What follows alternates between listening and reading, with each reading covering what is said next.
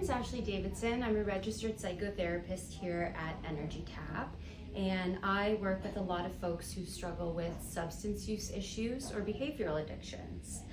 Behavioral addictions are when people struggle with gambling, technology overuse, which can be through gaming or social media, overspending issues, or hypersexuality challenges. Oftentimes, if you're thinking about coming into therapy or actually engaged right now in the therapy process, I think it's really important to develop a set of coping strategies. Coping strategies or tools for your toolbox are, specific strategies that we have practiced in a calm state, mastered in a calm state that we can now access when we go into crisis. So I just want to provide a couple strategies that you can start to build whether you're in or not in therapy. The first foundation that I want to lay is mindfulness. Mindfulness is paying attention on purpose and bringing yourself back to the present moment while avoiding judgments. So as I do this video today, I'm just going to be very mindful of what I'm thinking and what I'm feeling. And I'm really going to avoid, thinking about, is the camera angle right? Or what are people watching this going to think? Because when I hook into those judgments, it actually creates a little bit of dysregulation in my system. So I'm going to remain mindful and regulated is the intention. Mindfulness helps us to build self-awareness, and self-awareness is so important because it's not that we need to know what we're thinking about all the time. Actually, studies show that we have anywhere from 8,000 to 60,000 thoughts a day, so we can't be responsible for every thought that we have. But mindfulness becomes important because you can start to ask yourself, how am I feeling today? What do I need?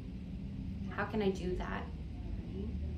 So mindfulness helps us to build awareness, and it also helps us to note when we are dysregulating. So right now I would describe myself as regulated. I'm in a pretty calm state. I feel like energized to talk about coping strategies with you. But if I start to dysregulate, if I start to overthink or start to feel a little defeated or down on myself, that's dysregulation. It sends a message through our central nervous system that we are in pain or something is not safe. Now, if you haven't watched the Window of Tolerance video by Tracy, I highly recommend you put that on next, as it'll do a little bit of a deeper dive into what I'm explaining here. But if mindfulness is the foundation, it really helps us to recognize how we've dysregulated. So some of us go into hyperarousal.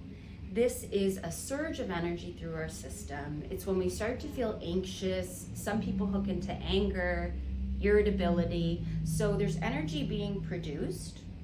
Hypoarousal is when we go into a dysregulated state where we start to feel sad or depressed or lethargic, and we don't really have a lot of motivation to do things for ourselves, let alone other people. So we can kind of bounce outside of our window into hyperarousal or hypoarousal. This is important to know because the strategy I want to introduce is opposite action.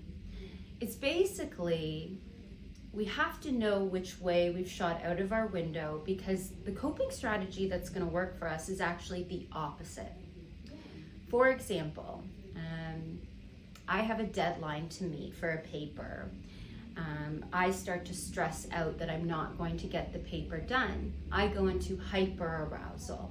I start to feel anxiety. With that anxiety, I have a difficult time focusing and I start to panic. And when I panic, I start to pace. That's not the best coping strategy for most folks because when you're producing higher amounts of energy, you don't want to exercise at a high pace and produce even more. What you actually want to do is a grounding strategy. So with the example of being anxious, you go into hyperarousal. The coping strategy would be putting on some slow music, maybe moving the body at a slow pace, or reading something if you can. It's about bringing the energy down. A lot of times I'll take a hot bath, or I'll try to connect with my animals, who are usually pretty calm. Now, if we go into hypoarousal, this is that low energy feeling. Opposite action states that we want to engage in a coping strategy that brings our energy up. So this is oftentimes activity, walking, cleaning, anything, cleaning that clutter quarter as best as you can, cooking something. When you bring the energy up, you can start to be in a more regulated state. So that's what we call opposite action, using mindfulness to identify whether you've gone up or down, and doing the opposite of that through a strategy will help you to regulate.